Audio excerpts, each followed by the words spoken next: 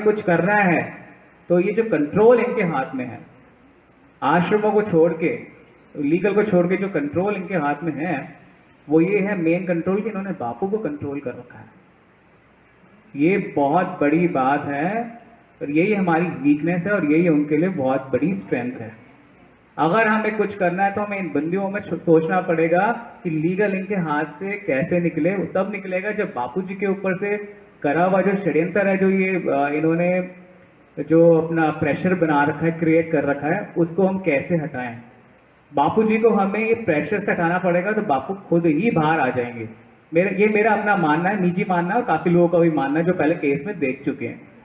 बापू इनको नहीं हटा पा रहे, नहीं हटेंगे, ये हमें ही करना पड़ेगा और हम तभी कर सकते हैं जब हम एकजुट हों। 2013, 14, 15 में तो ये मुझे बोलते रहे तू क्या कर लेगा अकेले, क्या कर लेगा, हम तो बहुत सारे हैं, क्या कर लेगा।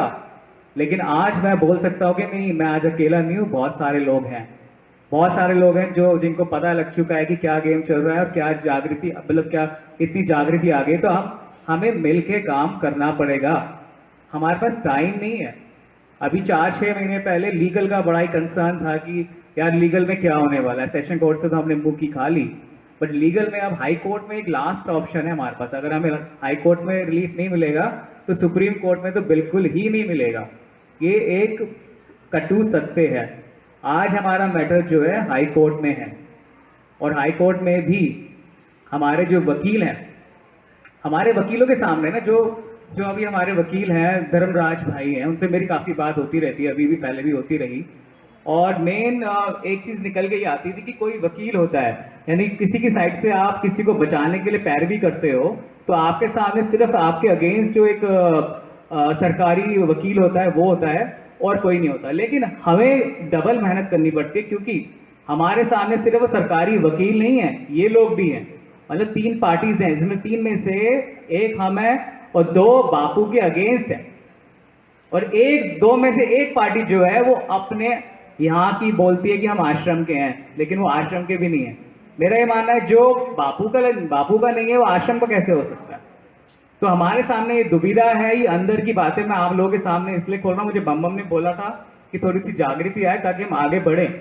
सबका दिमाग जो है, सबकी एक सोच जो है कुछ बिंदुओं में फोकस्ड हो और वहाँ से कुछ आइडियाज़ निकलें, कुछ तरीके निकलें तो हम आगे बढ़ सकें। सबसे बड़ी बात कंट्रोल इनके हाथ में है, तभी सारा कुछ खराब हुआ है। मैंने एक बारी अपना जो लड़की का वकील था वो कोर्ट से बाहर निकला, एक पेड़ के नीचे खड़ा हुआ और मैंने उसको बात करते हुए देखा, सुना।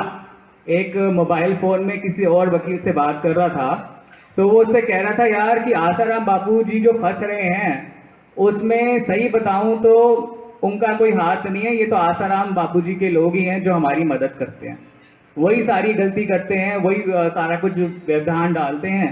हमें तो इतनी मेहनत करने की ज़रूरत भी नहीं है और ना ही हमने अभी तक कोई मेहनत करी है। ये तो इन्हीं के लोग हैं जो महान गलतियां करते हैं जिसकी वजह से इनको रिलीफ नहीं मिलता है। तो अभी हमें क्या करना चाहिए, मूविंग फॉरवर्ड हमें उन लोगों को सपोर्ट करना चाहिए जो सच्चे तरीके से और सच्ची भावना के साथ बहुत स्ट्रांगली बापूजी को बाहर निकालने में लगे हुए हैं। फॉर एग्जाम्पल संजीव पूनालेकर जी। संजीव पूनालेकर जी जो हैं उनसे मेरी भी पहले बात होती रही है, लेकिन उनके साथ हमारा एक भाई है धर्मराज भाई, और उसने काफ़ी स्ट्रगल किया। वो आज एक वकील है और एक कामयाब वकील है। ये वही धर्मराज भाई हैं जिन्होंने पहले बापूजी को फूड के लिए रिलीफ दिलवाया था और परमिशन ली थी कोर्ट से। तो आज की डेट में अगर हमें कुछ करना है तो हमें ऐसे लोगों को सपोर्ट करना पड़ेगा, अनकंडीशनली हमें सपोर्ट करना पड़ेगा। हमें रुकावटें आएंगी, धमकियाँ आएंगी, आप लोगों का दिमाग, मन सारा जो है वो अपनी स्ट्रैटेजी से चेंज करने की कोशिश करेंगे और हो भी सकता है आपका हो भी जाए क्योंकि वो बहुत स्ट्रांग है इस चीज़ में। इन लोगों ने, आप इनकी चालाकी देखिए कि इन लोगों ने जो अपने आप को पोजीशन किया है, यानी कि जहाँ पर रखा हुआ है, वो बापूजी के आश्रम से बाहर निकल के नहीं रखा हुआ। इन्होंने बापूजी के आश्रम में रह के अपने आप को आश्रमवासी दिखा के, और ऐसा आश्रमवासी दिखाया है किसी को शक भी नहीं हो सकता है कि ये कुछ गलत भी कर सकता है बापूजी के लिए। और इसी भ्रम को लेके हम उनको फॉलो करते रहे, हमारे अधिकांश साधक लोग। लेकिन पर्दों के पीछे कुछ और ही चलता रहा, कुछ और। जितने भी लोग यहाँ बैठे हुए हैं शायद वो पहले नहीं थे, लेकिन जब उन्होंने खुद आगे कदम उठाया, लीगल टीम वालों के साथ काम किया, तब उन्होंने खुद देखा और सुना और जाना समझा कि ये लोग बापू के लोग नहीं हैं। हालांकि ये हमारे आश्रमों में रहते हैं कुछ घुसपैठिए, लेकिन ये लोग बापू के नहीं है, घुसपैठिए हैं ये लोग। इनको आप कुछ करो ये पूरे आश्रम को खड़ा कर देते हैं। हम अर्जुन के अगेंस्ट कुछ बोलते हैं, आश्रम वाले सोचते हैं कि यार अर्जुन तो, ये इन्होंने अर्जुन के अगेंस्ट बोला, अर्जुन जो इसको मुद्दा बनाया था पूरे आश्रम का, आश्रम वर्सेस बाहर वाले। ये बाहर वाले और अंदर वाले क्या होता है भाई?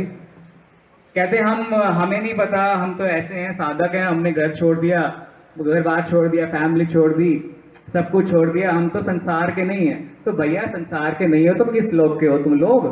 तो तुम्हारे सामने अर्जुन जो है बापूजी को फंसा रहा है और तुम्हें कुछ हो ही नहीं रहा है। इतना निचले स्तर में गिर गई हमारी सोच कि बापूजी को कुछ प्रॉब्लम होती है तो बोलते हैं बापू को थोड़ा प्रॉब्लम हो रही है, तो बापू के शरीर को प्रॉब्लम हो रही है। कितना स्ट्रेंज है ये सोच कि बापू को प्रॉब्लम नहीं हो रही है, बापू जेल में नहीं है, बापू का शरीर जेल में है। अबे मूर्खो, दीक्षा किससे ली है? लल्लू, तुम आश्रम में रहते हो, हमसे तुम्हें अपेक्षा थी कि तुम किस दिन ऐसे मुसीबत आएगी तो बाहर निकल के आओगे। हमारी तो मजबूरी, हम निकल के बाहर आए क्योंकि तुम मूर्ख हो, तुम बैठे हुए हो, निष्क्रिय हुए हो। ये बोलते हैं हमें मत बोलो, हमारे ना आश्रम में अच्छे लोग भी रहते हैं, लेकिन उनके सामने ये अपना काम कर रहे हैं बापू को फंसाने का, और ये कुछ नहीं कर रहे हैं। कमाल की बात हो गई। और कोई कुछ इनको बोल दे तो बोलते नहीं हम इन्वॉल्व नहीं, हम तो अच्छे हैं। भाई साहब क्या किया है आपने? अगले बंदों को सोचो, देखो वो क्या बोलते हैं, हंसते हैं वो लोग पीछे से कि हम आसाराम बापू के आश्रम में रह के आसाराम बापू को ही फंसाते रहे, और आश्रम वासियों के बीच में रह के और करोड़ों साधकों के बीच में रहते हुए हमने कुछ चंद लोगों ने आसाराम बापू जी को सेशन कोर्ट से सजा करवा दी। कितना बड़ा मुंह में तमाचा है हम सबके। कभी समझने की कोशिश करी है किसी ने? लल्लू बनाते रहते हैं, इनसे कोई बात ना करे, बिल्कुल भी इनका बहिष्कार कर दें और अपनी नई एक चाल बनाएं, नया तरीका बनाएं, और ये सब एक साथ हो जाएं, तब जाके हम कुछ कर सकते हैं। वरना ये एक एक करके सबको टारगेट करेंगे। अभी बम के पीछे पड़े हुए थे, कल मेरे पीछे पड़े हुए थे। मैं कहीं जाता हूं तो कुछ लोग मेरे को बोल देते हैं यार आपने तो पैसे खाए थे। मैंने कहा सबूत दिखा। कह रहा सबूत तो नहीं है, मेरे को एक आश्रमवासी भाई ने बोला था। मैंने कहा वो आश्रमवासी भाई कहाँ पे है? बोलता है वो अहमदाबाद में था। तो मैंने कहा बड़ी अच्छी बात है भाई, मैंने तो खा लिए होंगे भैया पैसे। तो हाँ, हम खाना खाते हैं, पैसे कहाँ खाते हैं। लेकिन अभी कुछ करना है तो सोचना पड़ेगा, कुछ बिंदुओं में हमें सोचना पड़ेगा।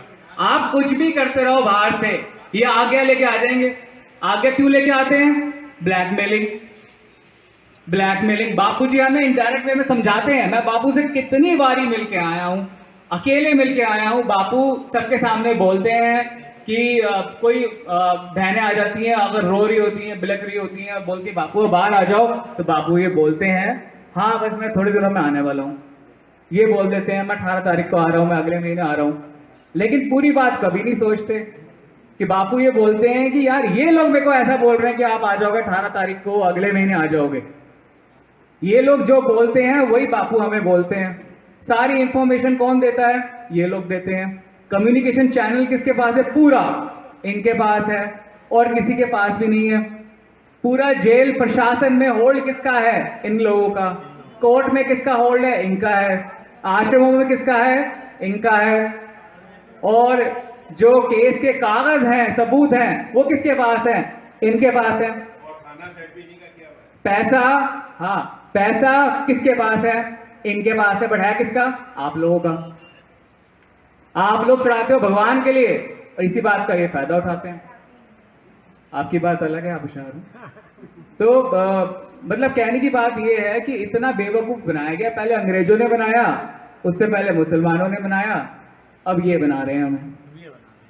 कमाल ही कर दिया यार। ये 4-5 बंदे हैं क्या?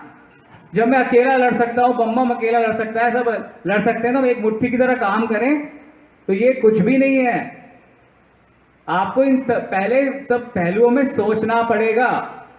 आवेश में आके हम ये कर देंगे, हम वो कर देंगे, अरे करते रहे हैं भैया। 8 साल हो चुका है बापूजी से। आज बापूजी की जो रिपोर्ट है सबके पास होनी चाहिए।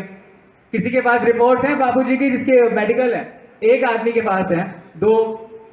आप सबके पास क्यों नहीं है भैया? बापू आपके उतने ही जितने सबके हैं।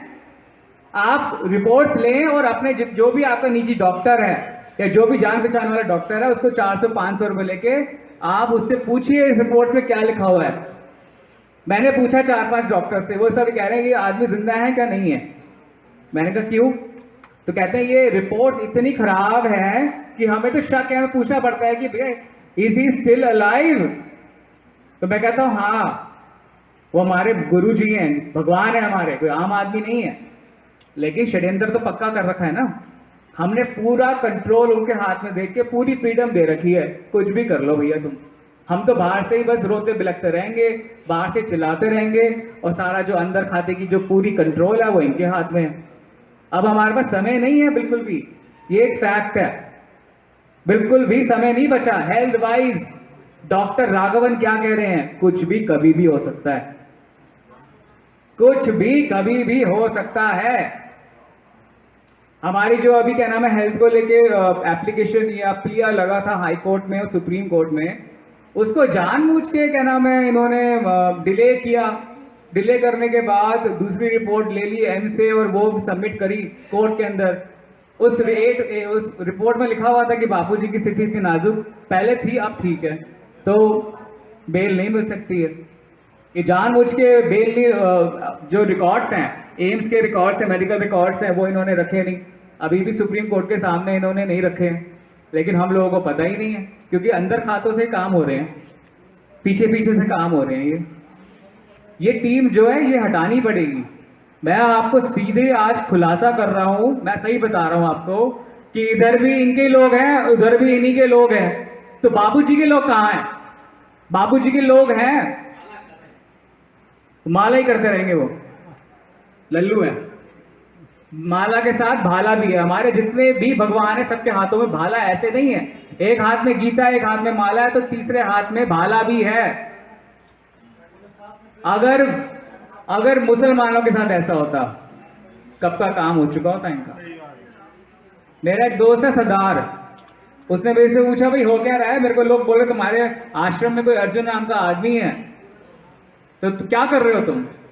तो बोलते हैं, मैंने कहा हम तो कुछ नहीं कर रहे भाई, लीला पीला कर रहे हैं। बोलते हैं अगर हमारे साथ ऐसा होता ना एक आदमी को पकड़ने के लिए तो एक आदमी काफी था हमारा, और आज 8 साल हो गए हैं। या तो तुम बापू को बचा लो या तो फिर कुछ कर लो। तो हमें मारना नहीं है, मैं मारने के लिए बिल्कुल भी वो नहीं करता, लेकिन अगर ढंग से काम करना है, हमारी शक्ति जो है ना साधकों की, वो काम करने में, लड़ाई करने में शायद है नहीं, मुझे नहीं पता, मेरे को दिखी नहीं अभी तक। लेकिन इसको हटाना पड़ेगा और अपने लोग लेके आने पड़ेंगे। अपने लोग कौन कौन है? डॉक्टर सुब्रमण्यम स्वामी, के मेनन और संजीव पूनालेकर, लड्डा जी, आज की डेट में धर्मराज भाई। धर्मराज इसलिए डिजर्व करता है हमारी टीम में आने के लिए क्योंकि वो बिल्कुल फोकस्ड होके कई सालों से काम कर रहा है, बिल्कुल फोकस्ड होके, और वो बड़े बड़े वकीलों के साथ सलाह मशवरा करते भी रहते हैं। तो हमें उनको सपोर्ट करना ही है चाहे कुछ भी हो जाए। अभी मौजूदा स्थिति में कोई बापूजी की टीम है ही नहीं कोर्ट में, तो बापूजी को रिहा कौन करेगा? है ही नहीं कोई टीम। 8 साल में नहीं समझे क्या? तो अब बहुत देर होने वाली, बहुत जल्दी। बापूजी को बाहर निकालना है तो लीगल